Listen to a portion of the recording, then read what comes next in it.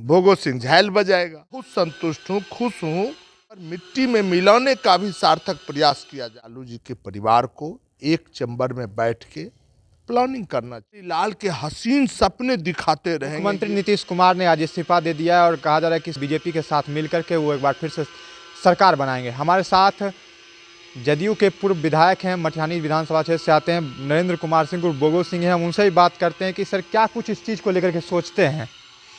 सोचना क्या है, हम तो जानते थे और आप भी जानते थे। आप ही ने इंटरव्यू लिया था विद्यालय के कार्यक्रम में 28 दिसंबर को, और बाबा भोला से मैंने पूछा था, बाबा अब क्या होने वाला है? तो बाबा ने कहा था हमको कि बेटा चिंता मत करो, देश में 500 के साल के पुराने राम भी आ रहे हैं, और हम भी तुमको कह रहे हैं जो बिहार में संपूर्ण रूप से राम राज आएगा, हर हर महादेव का राज आएगा, मानवता की सेवा होगी, गरीब को आगे बढ़ाने का इस सेशन में एक सार्थक प्रयास किया जाएगा। और मैंने कहा था जो नीतीश जी को कुछ जयचंदों ने घेर के रखा है, और नीतीश जी ने जो अपने इतिहास को अपने हाथों से लिखा, उस इतिहास को मिटवाने का प्रयास किया जा रहा है। साथ ही नीतीश जी और जदयू को बिहार की धरती पर मिट्टी में मिलाने का भी सार्थक प्रयास किया जा रहा है। लेकिन समय रहते नीतीश जी बैलेंस में आ गए, और आज I am very happy happy happy. मैं व्यक्तिगत रूप से बहुत संतुष्ट हूँ, खुश हूँ जो नीतीश जी आज एनडीए के अंग बने हैं, और हमें लगता है बिहार और देश का संपूर्ण विकास पुनः नीतीश जी के नेतृत्व में होगा। लालू यादव की बेटी हैं रोहिणी आचार्य, उन्होंने ट्वीट किया है कि जो है कूड़ा कूड़ेदान में चला गया है। देखिए, हम रोहिणी आचार्य जी का भी देखा है, हेमा जी का भी देखा है। अब वो निगेटिव अप्रोच है। वर्तमान परिवेश में अभी खंभा नोचने वाली बात है, अभी खंभा नोचा जा रहा है। उस खंभा को नोचने में नाखून टूट जाएंगे, दांत टूट जाएंगे, मुंह माउथ घायल हो जाएंगे।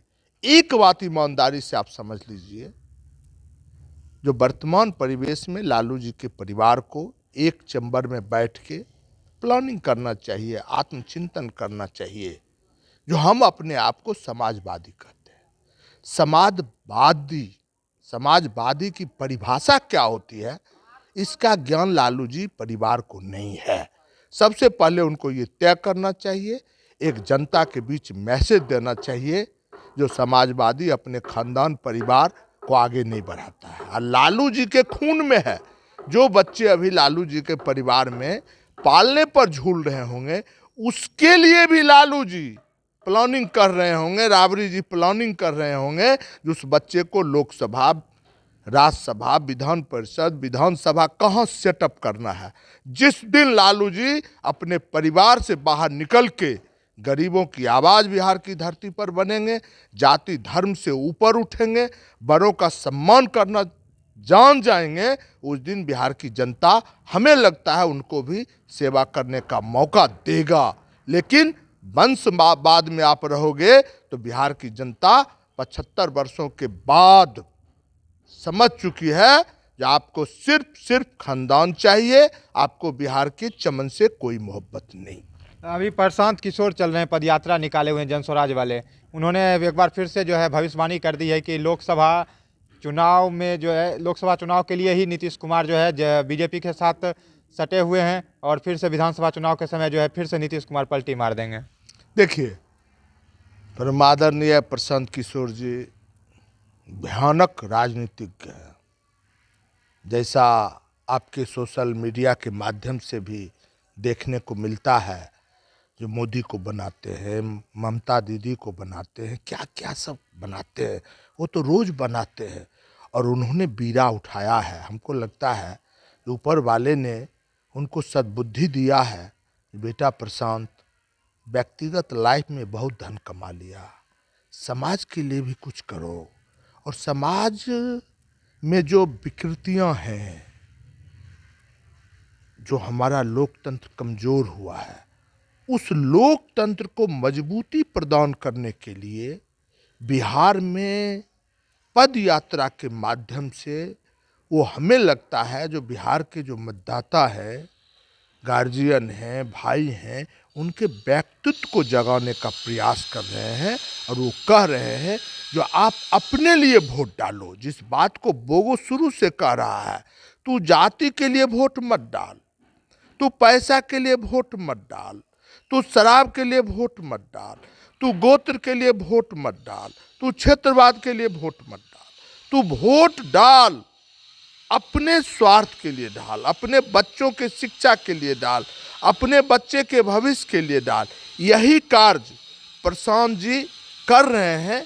प्रशांत जी का जो पदयात्रा चल रहा है, मैं उनके पदयात्रा को दिल की गहराई से बहुत बहुत धन्यवाद देता हूं कि वो लोकतंत्र को जिंदा करने का सार्थक प्रयास बिहार की धरती पर कर रहे हैं। अब बोगो सिंह क्या करेंगे?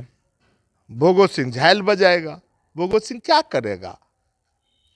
तुम ही बताओ, बोगो सिंह क्या करेगा? बोगो सिंह क्या कर रहा है?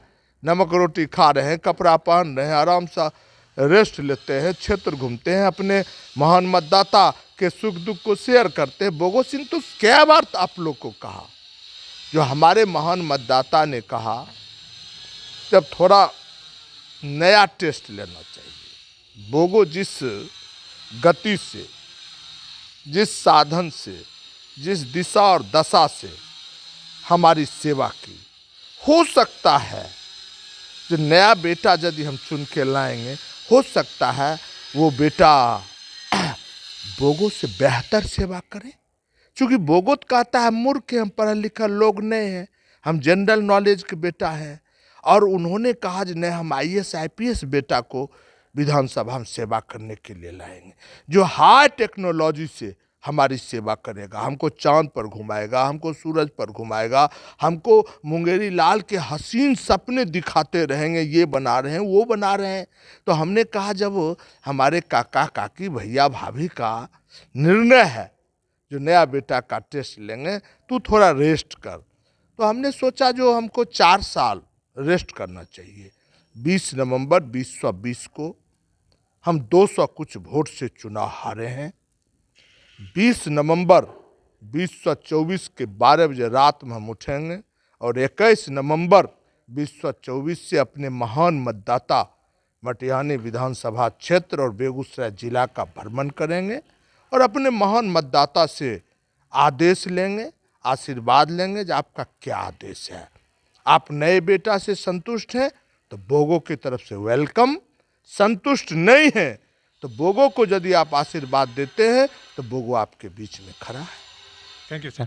बहुत बहुत धन्यवाद आपको।